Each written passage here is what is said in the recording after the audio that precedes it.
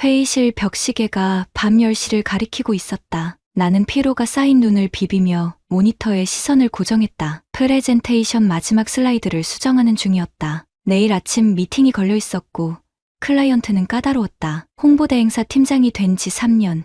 이런 야근은 이제 일상이 되어버렸다. 과장님, 아메리카노 한 잔 드릴게요. 고개를 들자 정준호 인턴이 미소 지으며 커피를 내밀고 있었다. 28의 젊은 눈빛이 형광등 아래서 반짝였다. 회사에 온 지 2달 된 인턴인데 요즘 내 프로젝트를 도우며 자주 야근을 함께했다. 어머, 고마워요. 정말 필요했는데 손가락이 스쳤을 때 미세한 전류가 흐르는 듯했다. 아주 잠깐. 그런데 내 심장은 어쩐지 불규칙하게 뛰었다. 나는 39, 그는 28. 이런 감정을 느껴도 되는 걸까? 머릿속에서 자책과 설렘이 충돌했다. 과장님, 너무 무리하시는 거 아니에요? 오늘 진짜 고생 많으셨어요. 그의 말에 내 마음속 무언가가 조금씩 허물어지는 것을 느꼈다. 마지막으로 남편에게 이런 말을 들은 게 언제였을까? 집에 늦게 들어가면 장도윤은 늘 TV 앞 소파에 앉아 있었다. 그래, 쉬어. 짧은 한마디와 함께 시선은 다시 화면으로 향했다. 10년 결혼 생활이 고여있는 물처럼 느껴졌다. 곧 끝낼게요. 인턴 씨도 이제 집에 가세요. 토요일 저녁인데. 그러나 준호는 내 옆자리에 앉아 자신의 노트북을 열었다. 마무리 도와드릴게요. 혼자 하시긴 너무 많으신데. 거절하려다 그의 진지한 눈빛에 말문이 막혔다. 누군가 내 일을 이렇게 신경 써주는 것이 낯설었다. 그날 밤 우리는 자정까지 작업했다. 엘리베이터에서 내려와 회사 건물을 나설 때 준호는 무심코 내 어깨를 짚으며 조심해서 가세요라고 말했다. 그 온기가 어깨를 통해 온몸으로 퍼져나가는 것 같았다. 집에 도착하니 새벽 1시가 조금 넘었다. 도윤은 이미 깊이 잠들어 있었다. 침대 양쪽이 마치 다른 행성 같았다. 나는 샤워를 하며 준호의 미소를 떠올렸고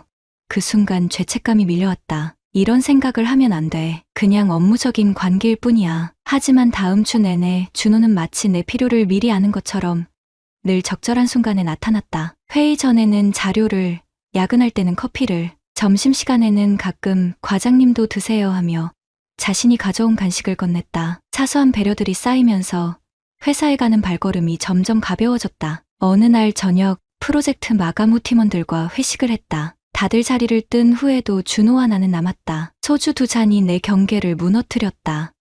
사실 요즘 회사 오는 게 즐거워요. 불쑥 내뱉은 말에 스스로도 놀랐다. 준호는 눈을 반짝이며 내 손 위에 살짝 자기 손을 겹쳤다. 저도요. 과장님 때문에. 그날 밤 우리는 따로 택시를 타고 귀가했지만 내 마음속에선 이미 금이 가기 시작했다. 남편에게 다가가 안긴 것은 오랜만이었다. 하지만 도윤은 피곤하다며 등을 돌렸다. 그 순간 준호의 따뜻한 눈빛이 다시 떠올랐다. 다음 날부터 준호와 나는 종종 퇴근을 함께했다. 처음에는 업무 이야기로 시작해 점점 사적인 대화로 넘어갔다. 내가 좋아하는 음악, 영화, 꿈꾸던 여행지, 도윤과는 나누지 못했던 대화들이 계속됐다. 퇴근 후에도 메신저로 대화가 이어졌다. 균열은 그렇게 한 잔의 커피에서 시작됐다. 핸드폰에서 짧게 울린 카톡 알림음에 손이 저절로 움직였다. 토요일 오후 도윤은 친구들과 골프 라운딩을 나갔고 집은 조용했다. 화면을 열자 준호의 메시지가 떴다. 과장님,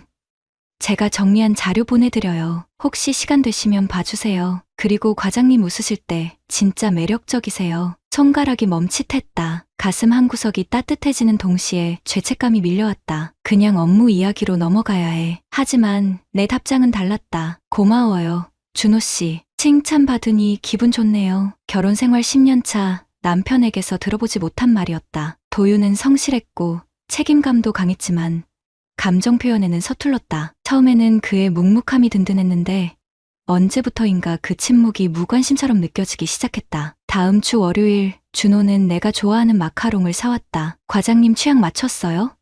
그의 눈빛에는 기대감이 가득했다. 선물을 주고받는 것이 자연스러워졌고 준호는 내가 좋아하는 것들을 하나씩 기억했다. 내 생일조차 잊어버리던 도윤과 달랐다. 카톡 알림은 점점 잦아졌다. 처음에는 업무 관련 대화로 시작해 개인적인 이야기로 넘어갔다. 도윤이 옆에 있을 때도 나는 휴대폰을 놓지 못했다. 한 번은 그가 물었다. 요즘 누구랑 그렇게 연락해? 심장이 쿵 내려앉았다. 그냥 팀원들이랑 업무 얘기. 그는 더 묻지 않았다. 안심인지 서운함인지 모를 감정이 교차했다. 관심이 있었다면 더 물었을까? 어느 날 준호는 늦은 시간 미팅에서 내 발표를 보고 눈을 반짝이며 말했다. 과장님 발표 들으면서 자랑스러웠어요. 다른 직원들도 다 과장님을 보고 있었어요. 그 말 한마디에 얼굴이 화끈거렸다. 오랫동안 잊고 있던 감정이었다. 여자로서 인정받는다는 느낌. 젊었을 때는 늘 자신감이 넘쳤는데 언제부터인가 거울 속 내 모습에 실망하곤 했다. 하지만 준호의 눈에 빛이 나는 달랐다. 그 시선 속에서 나는 다시 빛나고 있었다. 위험하다는 생각이 들었다. 이제 그만 선을 그어야 한다고 스스로 다짐했지만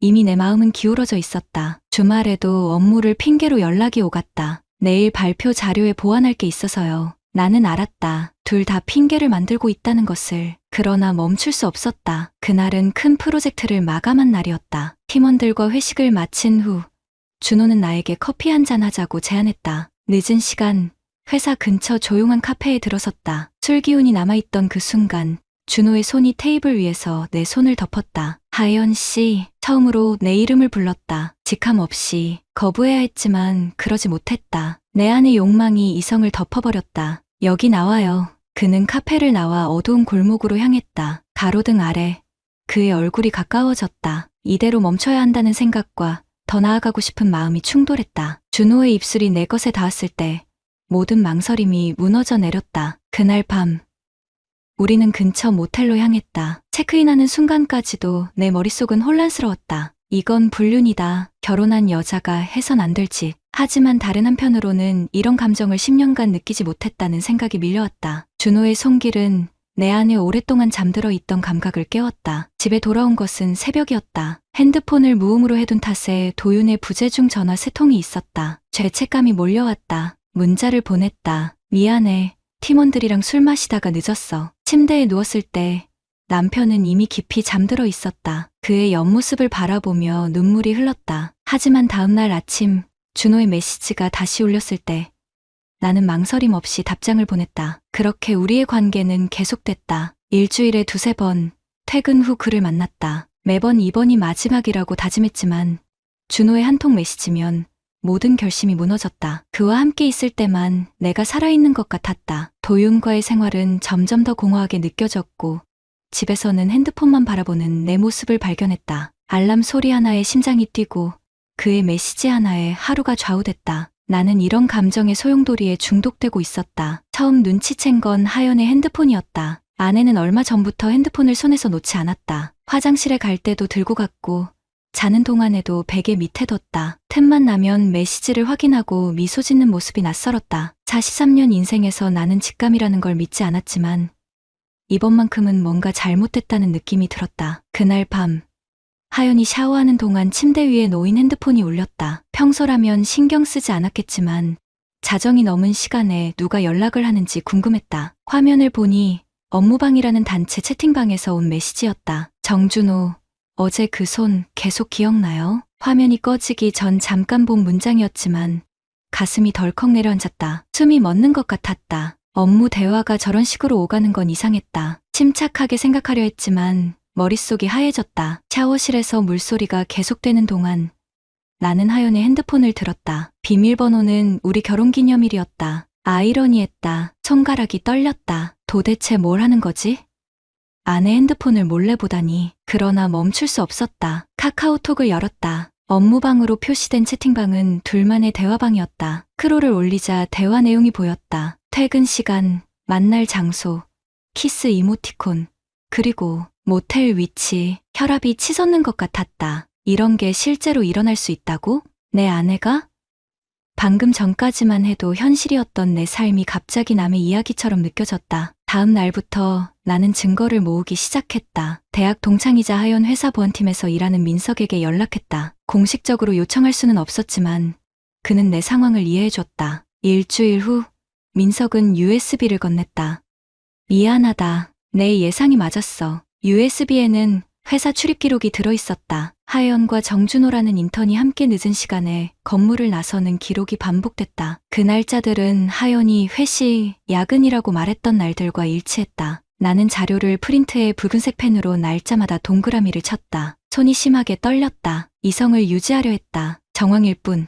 아직 확신할 수 없다고 생각했다. 하지만 내 몸은 이미 반응하고 있었다. 밤에는 잠을 이루지 못했고 식욕도 사라졌다. 일에도 집중할 수 없었다. 관리부장으로서 중요한 미팅에서조차 하연의 메시지만 떠올랐다. 다음 단계는 신용카드 내역이었다. 우리는 가족 카드를 사용했고 나는 온라인 뱅킹으로 모든 내역을 확인할 수 있었다. 서재에 앉아 내역을 검토하는 동안 어린아이처럼 눈물이 흘렀다. 뜨거운 액체가 볼을 타고 내려왔다. 43살 중견관리자가 아내의 불륜 증거를 찾으며 울고 있다니 처참했다. 그리고 찾았다. 하연이 야근했다던 날들의 일치하는 모텔 결제 내역, 단 2만 원짜리 숙박비가 내 10년 결혼 생활을 끝내고 있었다. 공기가 빠져나가는 느낌이었다. 가슴이 터질 것 같았다. 손끝이 저리고 식은땀이 흘렀다. 그저 의심을 확인하려 했을 뿐인데 이제 피할 수 없는 현실이 되어버렸다. 증거 파일을 모아놓은 서류철을 보며 나는 한동안 아무 생각도 할 수 없었다. 내가 뭘 잘못했을까?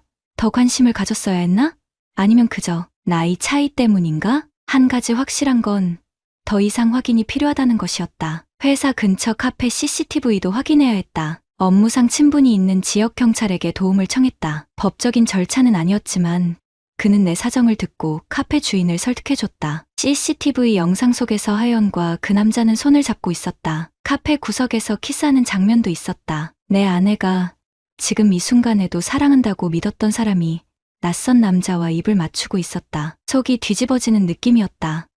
바로 들이받아야 하나? 충동적인 생각이 들었다. 당장 회사로 찾아가 둘을 대면하고 싶었다. 하지만 그랬다간 모든 것이 뒤엉킬 것이다. 차분히 계획해야 했다. 변호사와 상담도 필요했다. 이제 내 결정이 앞으로의 삶을 좌우할 것이다. 집으로 돌아오는 길. 차 안에서 라디오를 끄고 침묵 속에 운전했다. 창밖의 도시는 평소와 다름없이 불빛으로 반짝였지만 내 세계는 이미 무너져 내리고 있었다. 마지막 선택은 직접 확인하는 것이었다. 증거는 충분했지만 눈으로 직접 봐야만 할 것 같았다. 오늘이다. 카톡 내용으로 보아 오늘 저녁 7시. 그들은 회사 근처 카페에서 만날 예정이었다. 나는 거기서 기다릴 것이다. 마지막 진실을 확인하기 위해 카페 구석 자리에 앉아 창가로 시선을 고정했다. 7시 10분 전 회사 건물 입구가 내 시야에 들어왔다. 아메리카노 한 잔이 식어가는 동안 심장은 점점 빠르게 뛰었다. 이렇게 되리라고는 생각도 못했다. 결혼 10년 차에 아내의 불륜 현장을 지켜보기 위해 잠복하다니. 손가락으로 테이블을 두드리는 소리가 내 귀에 울렸다. 차분해지려 했지만 몸이 내 뜻대로 움직이지 않았다. 손은 떨리고 입은 마르고 위장은 뒤틀렸다. 핸드폰을 꺼내 확인했다. 하연은 오늘도 야근이라고 문자를 보냈다. 내 심장이 또 한 번 쿵 내려앉았다. 7시가 되자 사람들이 하나둘 건물을 빠져나왔다. 퇴근 시간, 누군가의 남편, 누군가의 아내, 누군가의 연인이 각자의 집으로 돌아가는 시간. 그리고 마침내 그들이 나타났다. 하연이 먼저 나왔다. 짙은 남색 원피스를 입은 모습이 눈에 들어왔다. 내가 작년 생일에 선물한 옷이었다. 그리고 그 뒤를 따라 젊은 남자가 나왔다. 정준호, 28세, 인턴. 내가 증거를 모으며 외워버린 이름과 나이. 그는 하연의 어깨에 살짝 손을 얹었다. 너무 자연스러운 동작이었다. 그들은 이미 수없이 반복한 행동이었을 것이다. 심장이 목구멍까지 치솟았다. 숨이 턱 막혔다. 머릿속에서 뭔가 끊어지는 소리가 들리는 것 같았다. 모든 의심과 추측은 이제 뼈아픈 현실이 되었다. 그들이 카페 방향으로 걸어왔다. 나는 몸을 숨겼다. 내 테이블은 구석에 있어 그들은 나를 발견하지 못했다. 옆 테이블에 앉은 그들의 대화가 흘러들어왔다. 웃음소리, 속삭임, 친밀한 침묵. 열해 동안 쌓아온 우리의 모든 것이 물거품처럼 느껴졌다. 준호의 손이 테이블 위에서 하연의 손을 감쌌다. 오늘은 어디로 갈까요? 낮은 목소리로 속삭이는 그를 보며 화가 치밀었다. 온몸에 세포가 타오르는 것 같았다. 천천히 자리에서 일어났다. 그들을 향해 걸었다. 하연이 먼저 나를 발견했다. 그녀의 눈이 커졌다. 얼굴에서 핏기가 싹 가셨다. 준호는 내가 누군지 알아차리지 못했는지 하연의 반응을 이상하게 여기며 그녀를 바라봤다. 도윤 씨. 하연의 목소리가 떨렸다. 준호의 표정이 변했다. 당혹감, 두려움, 그리고 놀랍게도 어딘가 담담한 체념이 섞인 눈빛. 내 아내의 손을 잡고 있던 그 손이 얼른 물러났다. 나는 아무 말도 할 수 없었다. 머릿속에 준비해둔 말들이 모두 증발했다. 분노, 배신감, 슬픔, 혐오감. 이 모든 것이 한꺼번에 밀려와 오히려 냉정해졌다. 일어나. 짧게 내뱉은 말에 하연은 기계처럼 자리에서 일어났다. 준호는 자리에 못 박힌 듯 앉아 있었다. 당신은 내가 누군지 알겠군. 준호에게 향한 내 목소리는 낯설었다. 이렇게 차갑게 말할 수 있다는 것도 놀라웠다. 준호는 고개를 끄덕였다. 동시에 그의 눈에 도전적인 빛이 스쳤다. 젊은 남자의 오만함일까? 아니면 진심으로 하연을 좋아하는 마음일까? 선을 넘었어요. 그가 작게 말했다. 시인이었다. 부정도 변명도 없었다. 어쩌면 그것이 더 화가 나게 했다. 아내를 빼앗은 남자가 당당하게 사실을 인정하다니. 주먹이 저절로 쥐어졌다. 그러나 나는 참았다. 여기서 싸움이 벌어진다면 모든 것이 더 엉망이 될 것이다. 전문가답게, 관리자답게 행동하자. 내 인생의 가장 큰 위기 앞에서조차 이성을 지키는 것. 그것이 내 방식이었다. 대신 차 키를 꺼내 하연에게 건넸다. 손이 심하게 떨렸다. 오늘부터 이 집은 너 혼자 퇴근하는 곳이다. 내 목소리가 갈라졌다. 감정이 터져나오려는 것을 간신히 억눌렀다. 하연은 고개를 들지 못했다. 그녀의 어깨가 작게 떨렸다. 울고 있었다. 미안해. 그녀의 작은 목소리가 들렸다. 모든 단어 중에서 가장 쓸모없는 말, 미안함으로 되돌릴 수 있는 건 아무것도 없었다. 나한테 하지 마. 집에 가서 거울 보고 해. 내가 말했다. 그리고 돌아섰다. 준호는 여전히 앉아 있었다. 그와 눈이 마주쳤다. 그의 눈빛에서 당혹감과 함께 어딘가 죄책감이 느껴졌다. 어린 얼굴이었다. 28세. 나보다 15살 어린 그가 내 결혼 생활을 끝냈다. 준비해. 그에게 마지막으로 남긴 말이었다. 이게 끝이 아니라는 의미였다. 그리고 나는 카페를 빠져나왔다. 밖으로 나오자 차가운 공기가 폐부로 밀고 들어왔다. 심장이 미친 듯이 뛰었다. 한동안 걷기만 했다. 어디로 가는지도 모른 채. 발걸음은 무거웠고 세상은 갑자기 낯설어졌다. 골목 구석에 멈춰서서 심호흡을 했다. 손이 떨려 주머니에 집어넣었다. 핸드폰을 꺼내 동료 민혁에게 전화했다. 형, 술 한잔 할까? 민혁은 질문하지 않았다. 어디야? 그게 전부였다. 그런 친구가 있어 다행이었다. 그날 밤 우리는 말없이 소주잔을 기울였다. 5병째. 나는 처음으로 눈물을 쏟았다. 10년 동안 참아온 모든 것들, 표현하지 못했던 감정들이 술과 함께 흘러나왔다. 어떻게 이럴 수가 있지. 민혁은 내 어깨를 두드려줬다. 말없이. 그게 지금 필요한 전부였다. 집으로 돌아가지 않았다. 이 밤을 어떻게 견딜지, 내일부터 어떻게 살아갈지 아무 생각도 나지 않았다. 그저 한 가지만 분명했다. 이제 돌이킬 수 없는 강을 건넜다는 것. 그날 밤 이후 일주일 동안 나는 회사 기숙사에 머물렀다. 핸드폰은 꺼두었다. 하연에게서 온 수십 통의 부재중 전화와 문자들을 볼 용기가 없었다. 다만 이틀째 되는 날 변호사를 만났다. 증거 서류처를 보여주자 그는 깊게 한숨을 내쉬었다. 충분합니다. 상간자 소송과 이혼 소송. 둘 다 진행 가능해요. 법률 용어들이 귓가를 스쳐 지나갔다. 상간자 손해배상 청구, 위자료, 재산분할, 혼인파탄 책임. 이 모든 단어들이 내 결혼 생활의 종말을 선고하고 있었다. 변호사는 상간자 위자료로 2천만 원 정도를 청구할 수 있다고 했다. 황당했다. 내 10년 인생이 그 정도 가치였나? 금액보다 중요한 건 그들의 잘못을 법적으로 인정받는 겁니다. 변호사의 말에 고개를 끄덕였다. 돈이 문제가 아니었다. 공식적으로 법정에서 그들의 행위가 불법이었음을 확인받고 싶었다. 열흘 후 회사로 돌아갔다. 출근길에 마주친 동료들의 표정이 어색했다. 소문이 퍼진 모양이다. 민혁이 커피를 건네며 물었다. 괜찮아? 10번도 더 들은 질문이었다. 여전히 대답할 수 없었다. 괜찮을 리 없었다. 수시로 가슴이 조여들었고 밤에는 악몽에 시달렸다. 하연과 준호가 웃으며 나를 바라보는 꿈. 잠에서 깨면 식은땀으로 온몸이 젖어 있었다. 오전에 인사팀장이 나를 찾아왔다. 그는 조심스럽게 말을 꺼냈다. 홍보대 행사 쪽에서 연락이 왔다며 인턴 정준호에 대한 고발이 접수되었다고. 사내불륜으로 인한 징계위원회가 열렸고 준호의 계약은 즉시 해지되었다는 소식이었다. 그쪽 과장도 사표를 제출했답니다. 하연이 퇴사했다. 모든 게 끝난 것 같았지만 내 마음속 상처는 여전히 생생했다. 상간자 소송이 진행 중이라는 이야기도 덧붙였다. 인사팀장은 미안하다는 듯 고개를 숙였다. 회사 차원에서도 도울 것이 있다면 돕겠다고 했다. 하지만 내게 필요한 건 도움이 아니라 시간이었다. 망가진 내면을 복구할 시간. 3주가 지났을 때 처음으로 집에 돌아갔다. 현관문을 열자 낯선 정막이 흘렀다. 하연의 물건들이 대부분 사라져 있었다. 그녀가 지나간 자리에는 흔적만 남아 있었다. 거실 탁자 위에 봉투가 하나 놓여 있었다. 하연이 쓴 편지였다. 도윤 씨, 용서를 바라지 않아요. 그럴 자격이 없다는 걸 알아요. 그저 미안해요. 내가 한 모든 변명은 스스로를 합리화하려는 이기심이었어요. 당신은 좋은 사람이에요. 내가 문제였던 거죠. 새로운 시작을 해요. 당신이 행복했으면 좋겠어요. 그리고 내가 준 상처가 언젠가 아물기를. 편지 아래에는 이혼 합의서가 있었다. 이미 하연의 서명이 되어 있었다. 그녀는 위자료나 재산 분할을 요구하지 않았다. 내가 청구한 상간자 소송에 대해서도 이의를 제기하지 않겠다고 했다. 스스로 모든 책임을 인정한 것이다. 그날 밤 오랜만에 혼자 잔 침대는 너무 컸다. 빈 공간을 바라보며 생각했다. 언제부터 우리는 서로에게 낯선 사람이 되었을까?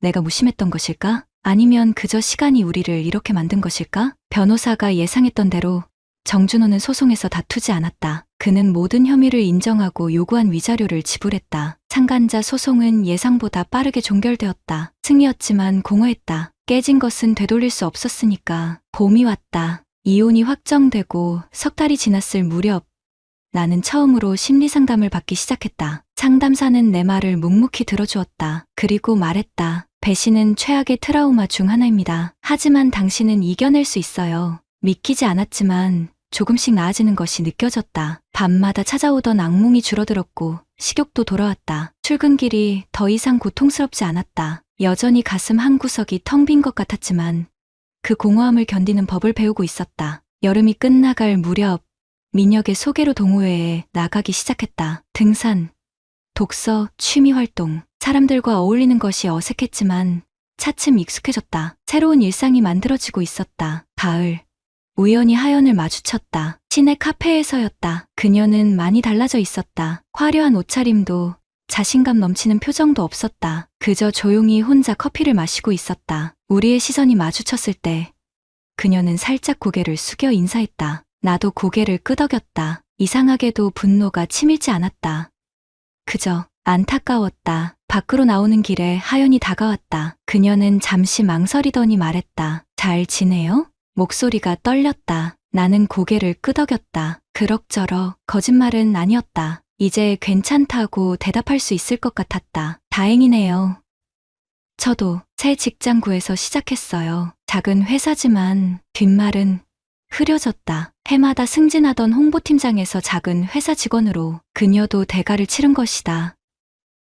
그래, 더 할 말이 없었다. 어색한 침묵이 흘렀다. 하연이 다시 입을 열었다. 정말 미안해요. 이제 와서 말해도 소용없지만 손을 들어 그녀의 말을 막았다. 이미 지난 일이야. 그녀의 눈에 눈물이 고였다. 나는 떠나려 했지만 마지막으로 묻고 싶은 게 있었다. 왜 그랬어? 질문을 듣자 하연의 어깨가 축 처졌다. 그녀는 깊게 숨을 들이쉬었다. 내가 예전의 나를 잊어버린 것 같았어요. 그저 누군가의 아내로만 살다가 내가 누구인지 잊어버렸을 때 그가 나를 봤어요. 대답은 간단했다. 내가 보지 못한 그녀를 다른 누군가가 봤다는 것. 이해되지 않았지만 적어도 이유는 알 것 같았다. 잘 지내? 마지막 인사를 건네고 돌아섰다. 뒤에서 하연의 작은 목소리가 들렸다. 당신도? 겨울이 시작될 무렵 나는 승진 제안을 받았다. 새로운 도전이었다. 다시 시작할 힘이 생겼다. 저녁에 민혁과 술을 마시며 얼굴에 미소가 번지는 것을 느꼈다. 오랜만이었다. 그날 밤 취기의 집으로 돌아오는 길에 문득 깨달았다. 하연과 함께했던 시간들, 그것은 내 인생의 전부가 아니었다. 앞으로 더 많은 시간이 남아있었다. 그리고 그 시간은 온전히 내 것이었다. 집에 도착해 현관문을 열자 고요함이 나를 맞이했다. 하지만 이제 그 정막은 두렵지 않았다. 새로운 시작을 위한 공간처럼 느껴졌다. 손을 뻗어 전등을 켰다. 불빛이 어둠을 밀어냈다. 구독자님들, 오늘 사연 댓글로 공유해 다른 분들과 함께 의견 나눠보세요. 저도 읽어보며 소통하겠습니다.